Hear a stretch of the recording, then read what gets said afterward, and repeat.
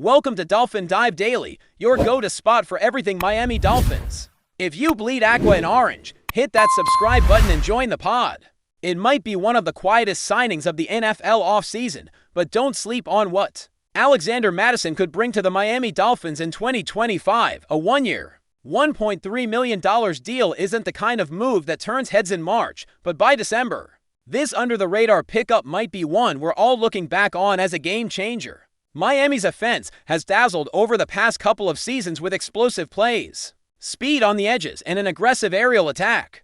But beneath the flash lies a stubborn weakness that's lingered under Mike McDaniel: short yardage failures. The Dolphins simply haven't been able to convert when it matters most. 3rd and 1 south, 4th and inches, the kinds of situations that define playoff teams. Mattison, at 5'11" and 220 pounds, brings the kind of physicality that's been missing from the backfield.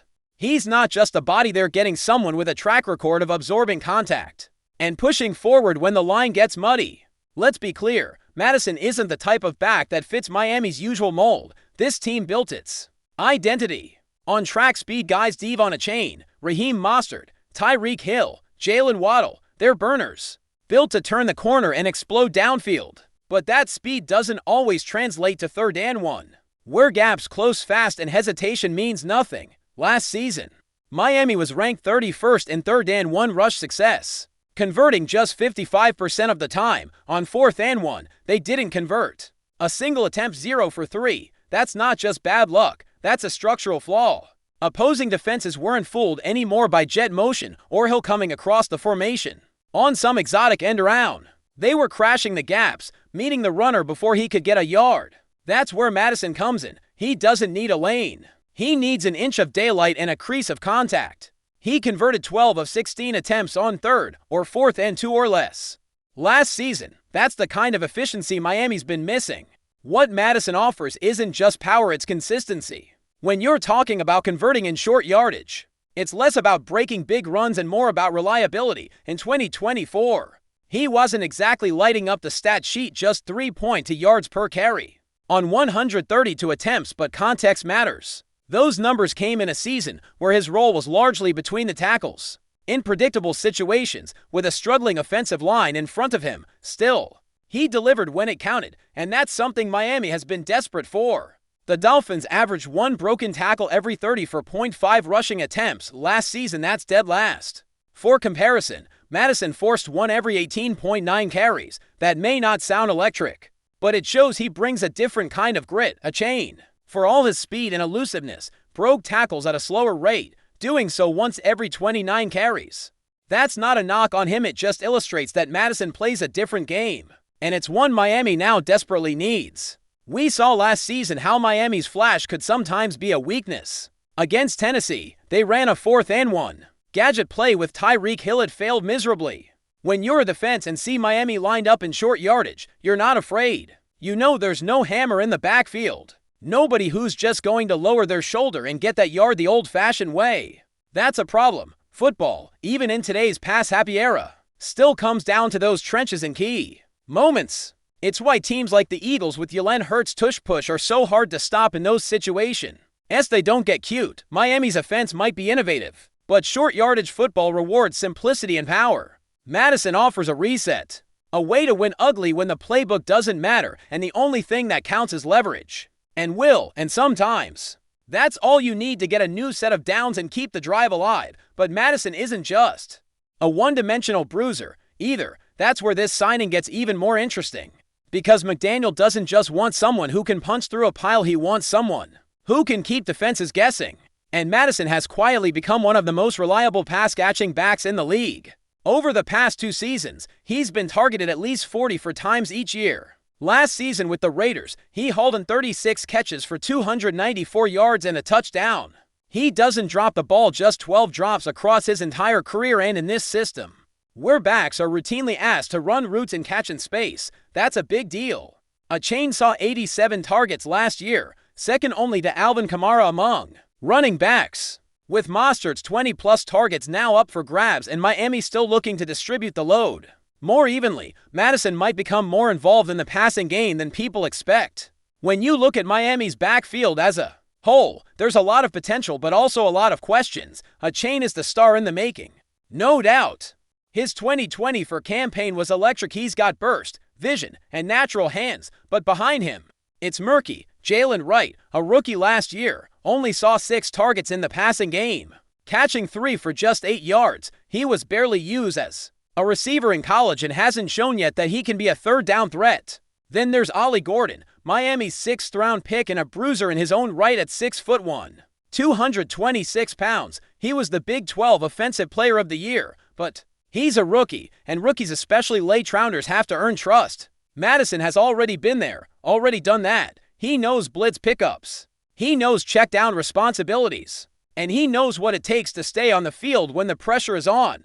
McDaniel's offense is designed to stretch defenses horizontally to use motion, misdirection, and speed to create chaos. But defenses have had 3 years to study it now. And while the Dolphins still finished as one of the top offenses in the league last season, the film is out there.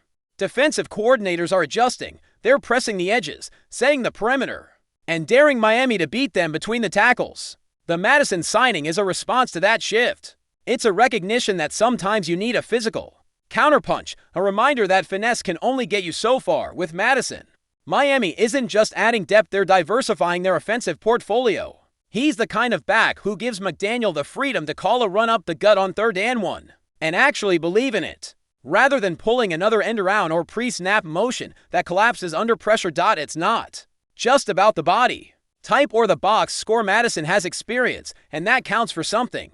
He's carried the ball over 130 times in 3 of the last 4 seasons. He's played in tight games, closed out drives, and taken the hard yards when the offense needed him most. That experience is invaluable in a backfield where the stars are still growing. A chain is entering his 3rd season and is already a major weapon. But even he can benefit from someone like Mattison sharing the room. Sometimes it's not the guy getting 20 touches a game who makes the difference, it's the one who can give you that 1 first down in the 4th quarter that ices the game. And right now, Miami doesn't have a back they trust in that role more than they trust Mattison. The best defenses aren't just explosive, they're adaptable, and that's what Miami is trying to build here. A unit that can still hit a home run with Hill or Waddle on any snap, but also one that can grind out a 12-play, 75-yard drive when the big plays aren't there. Mattison adds a layer of grit to the offense, a change of pace that defenses can't ignore. He's the guy who can convert a 3rd and 2 when you just need to keep the drive alive. He's the guy who can line up in shotgun next to Tua and sneak out into the flat for a check down. He's not flashy, but he's functional, and in a league that increasingly values versatility, that's a powerful trait. If he stays healthy and settles into this offense, Mattison could become one of the most important role players in the AFC East. So don't overlook this move. Don't brush it off because the deal was cheap or the headlines weren't flashy. Alexander Mattison might just be exactly what Miami's offense has been missing. A bruiser who can do the dirty work, a veteran who knows how to stay on the field, a receiver out of the backfield who can block when needed and contribute on special teams if asked. He's not coming in to steal the show, he's coming in to make sure the show doesn't fall apart when it matters most. And in a season where every yard could determine the difference between a wild card and a division title, that kind of presence might be worth far more than what Miami paid.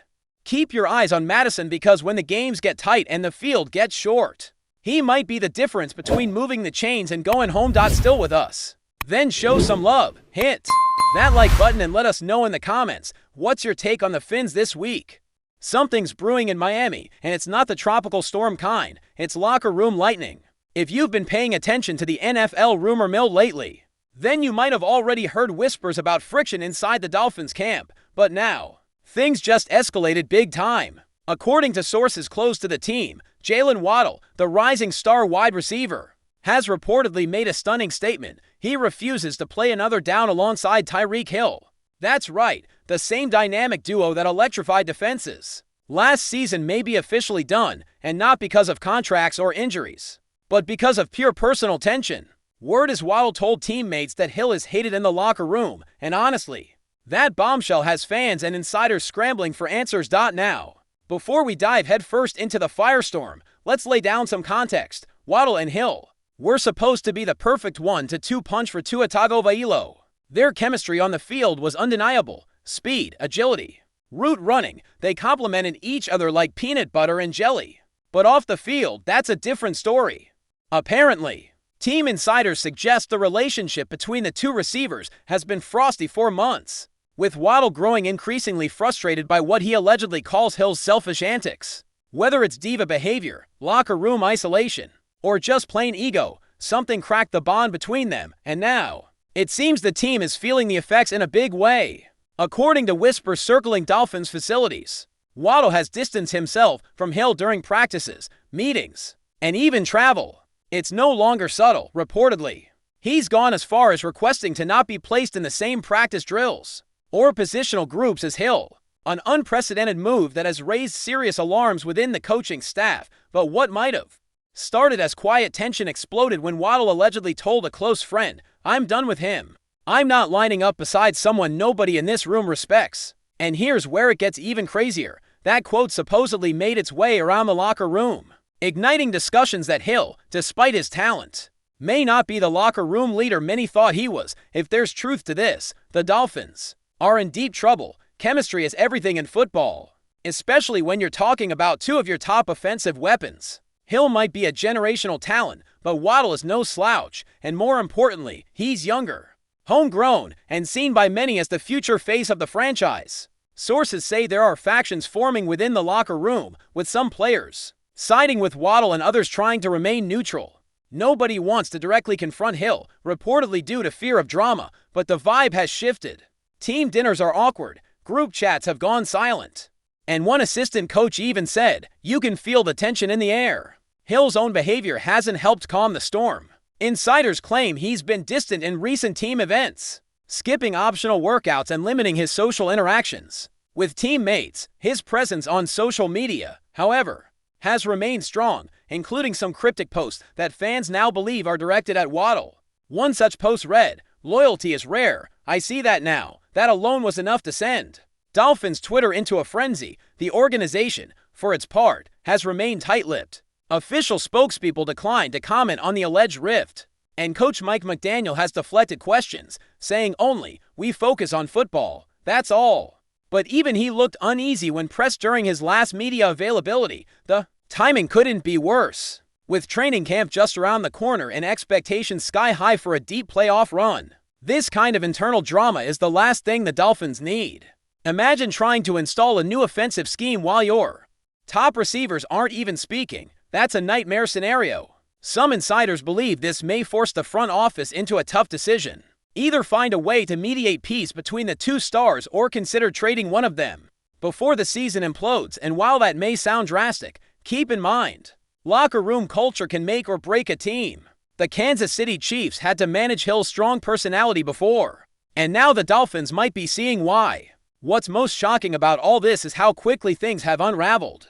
Just last season, we saw Hill and Waddle celebrating touchdowns together, hyping each other up on the sidelines and doing joint interviews. Fans thought they had the next great WR duo. But behind the smiles, there were apparently long simmering issues. Some former teammates have hinted that Hill's competitiveness can go too far, often coming off as arrogant or dismissive. One even said, "TYREEK's the kind of guy who has to be the alpha in every room. If you challenge that, it gets ugly." And it looks like Waddle finally had enough of playing second fiddle. This also raises questions about leadership inside the Dolphins organization. Where are the veterans in all this? Who's stepping in to calm things down? Rumor has it that Tua Tagovailoa has tried to mediate behind the scenes, but doesn't want to pick sides. That's understandable, but also risky. A fractured receiver corps can directly impact his performance and the team's overall success. Meanwhile, team captains are reportedly pushing for a private team meeting to clear the air, but whether Hill and Waddle are willing to hash things out remains to be seen. Sources say Waddle is mentally checked out when it comes to repairing the relationship.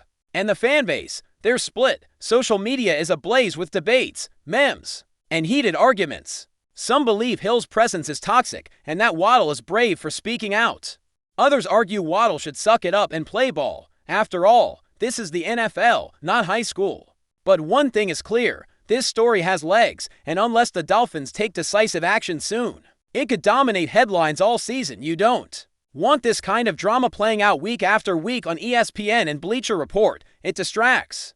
divides, and ultimately derails. So, what happens next? That's the million-dollar question. Will the Dolphins issue a public statement? Will Hill clap back directly? Will Waddle demand a trade if things don't change? Nobody knows for sure, but one thing's certain, this situation isn't going away quietly. In a league where image is everything and chemistry is king, the Miami Dolphins are on the verge of a full-blown identity crisis. And unless someone steps up to fix it, the ripple effect could turn this promising team into the league's biggest disappointment. Keep your eyes on this one, folks. It's only just beginning. That's a wrap for today's dive. If you're loving the content, share it with a fellow Dolphins fan. Hit subscribe and turn on notifications so you never miss a splash. Fins up.